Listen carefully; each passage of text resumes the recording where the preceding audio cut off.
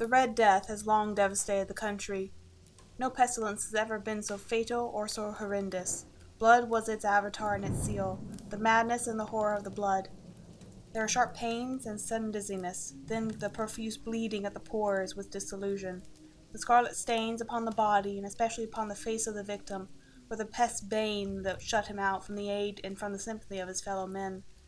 And the whole seizure, process, and termination of the disease were incidences of half an hour. But Prince Prospero was happy, dauntless, and sagacious. When his domain was half depopulated, he summoned to his presence 1,000 hale and light-hearted friends from among the knights and dames of his court, and with those retired to the deep seclusion of one of his cratelate's abbeys. There was an extensive and magnificent structure, with the creation of the prince's own eccentric yet august taste. A strong and lofty wall girdled it in. Its walls had gates of iron. The courtiers, having entered, brought furnaces and massy hammers, and welded the bolts. They resolved to leave means neither of ingress nor egress to the sudden impulses of despair or the frenzy from within. The abbey was ample provisions. With such precautions, the courtiers might bid defiance to contagion.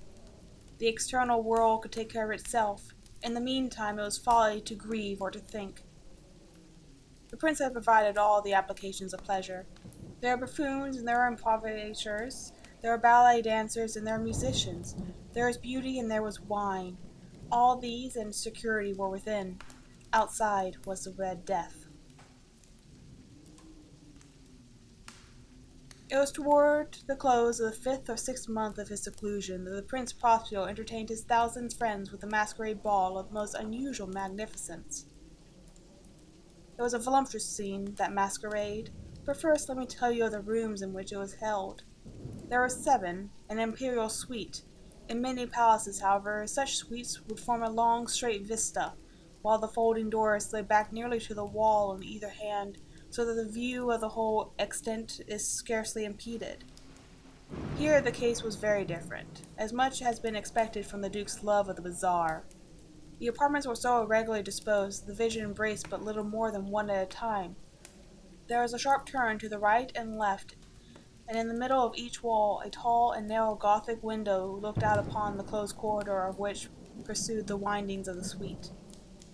The windows were of stained glass, whose colors varied in accordance to the prevailing hues of the decoration of the chamber into which it opened. That at the easterly extremity was hung, for example, in blue, and vividly blue were its windows.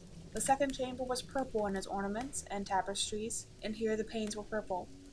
The third was green throughout, and so were the casements. The fourth was furnished and lighted with orange, the fifth with white, the sixth with violet.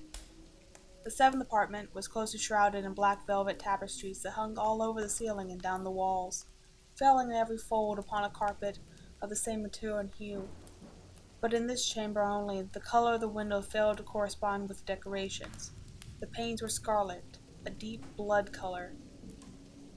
There was no light of any kind emanating from candle or lamp within this suite of chambers, but in the corridors that followed the suite there stood opposite each window a heavy tripod bearing a brazier of fire. It projected its rays to the tinted windows and so glaringly lit the room, and thus were produced a magnitude of gaudy and fantastic appearances. But in the western or back chamber, the effect of the firelight that strewed upon the dark hangings through the blood-tinted panes was ghastly to the extreme, and produced so wildly a look upon the courtesians of those who entered, that there were few of the company bold enough to step foot within its precincts at all. It was within these apartments, also, that there stood against the western wall a giant clock of ebony. Its pendulum swung to and fro with a dull, heavy, monotonous clang, and when the minute hand made the circuit of the face, and the hour was to be struck, there came from the brazen lungs of the clock a sound that was clear and loud and deep and exceedingly musical, but so of particular a note and emphasis that at each lapse of an hour the musicians of the orchestra were constrained to pause momentarily in their performance, to hearken the sound, and thus the waltzers performed ceased their evolutions, and there was a brief disconnect of the whole gay company. And while the chimes of the clock yet rang, it was obvious to the giddiest grew pale, and the more aged and sedate passed their hands over their brows as if in confusion reverie at the meditation. But when the echoes had fully ceased, a light laughter was once pervaded the assembly. The musicians looked at each other and smiled as if in their own nervousness and folly, and made whispering vows to each other that the next chiming of the clock would produce in them no similar emotion. After the lapse of 60 minutes, there came yet another chiming of the clock, and there were the same disconcert and tremblance and meditation as before. But in spite of these things, it was a gay and magnificent revel. The tastes of the Duke were particular. He had a fine eye for color and effect. He disregarded the decora of mere fashion. His plans were bold and fiery, and his conception glowed with barristic luster. There were some who would have thought him mad. His followers felt that he was not. It was necessary to hear and see and touch him to be sure that he was not. He had directed in great part the movable establishments of the 7 chambers, upon occasion with the great Frate. It was his own guiding taste which had given character to the masqueraders. But sure they were grotesque. There was much glare and glitter and piccini and phantasm, much of which had been seen in Herenia. There was an acquaintance figure and unsuited limbs and appointments. There was the delirious fancies which of the madmen fashion. There was much of the beautiful, much of the wanton, much of the bizarre, something of the terrible, and not a little that which might have excited disgust. To and fro in the 7 chambers stalked, in fact, a multitude of dreams.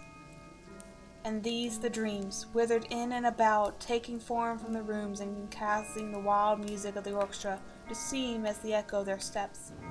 And anon the streaks the ebony clock which struck in the hall the velvet, and then for a moment all is still and all is silent save the voice of the clock.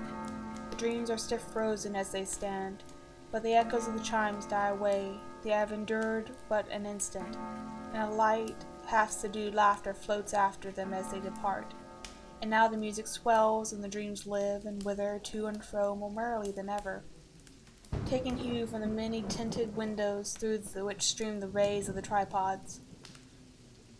But to the chamber which lies most westerly of the 7 there is now none of the maskers who venture, for the night is waning away, and there flows a ruddier light through the blood-colored panes, and the blackness of the staple drapery appeals, and to him whose foot falls on the supple carpet, there comes from the near clock of ebony a muffled peal more solemnly emphatic than any which reach their ears, and indulge in the more remote gaieties of the other apartments.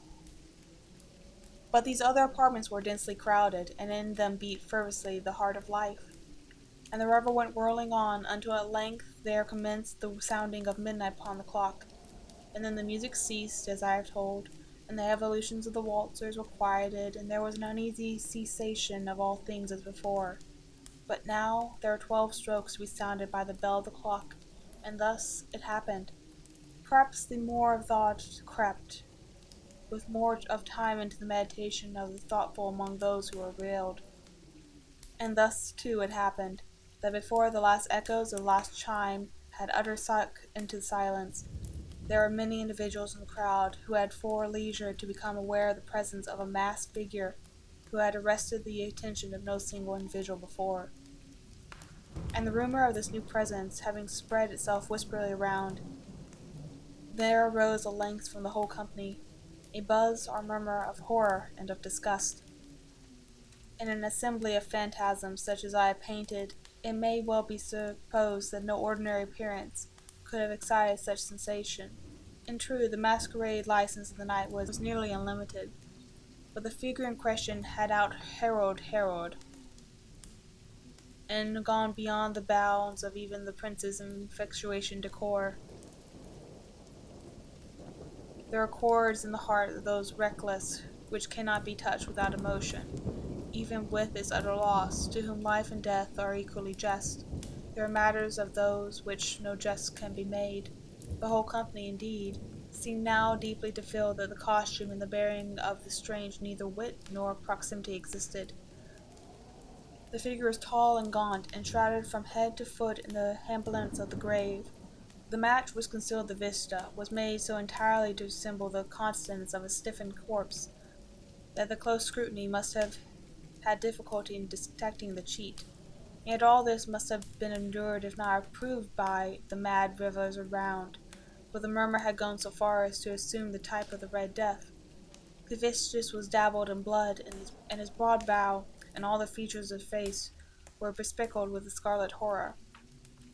When the eyes of Prince Prospero fell on the spectral image, which with its slow and solemn movement, as if more fully to sustain its role, stalked to and fro among the waltzers, he was seen to be convulsed, for the first moment with a strong shudder, either of terror or distaste, but the next his brow reddened with rage. "Who dares?" he demanded hoarsely of the courtiers who stood near him. "Who dares insult us with his blasphemous mockery? Seize him and unmask him, that we may know who to hang at sunrise from the battlements." It was in the eastern or blue chamber in which Prince Prospero, as he uttered these words, they rang throughout the 7 rooms loudly and clearly, for the prince was a bold and robust man, and the music had become hushed at the waving of his hand. It was in the blue room which stood the prince and a group of pale courtiers at his side. At first, as he spoke, there was a slight rushing movement of this group in the direction of the intruder, who, at the moment, was also near at hand, and now, with deliberate and steady steps, made closer approach to the speaker. But for a certain nameless awe with which the mad assumptions of the murmur had inspired the whole party, there found none who put forth a hand to seize him, so that, unimpeded, he passed within a yard of the prince's person, and while the vast ensemble, on which one impulsion shrank from the center of the room to the walls, he made his way uninterruptedly, but with the same and measured steps with which he had distinguished himself from the first, through the blue chamber to the purple to the green, through the green to the orange, and through this again to the white, and even hence to the violet, ere a decided movement which was made to arrest him.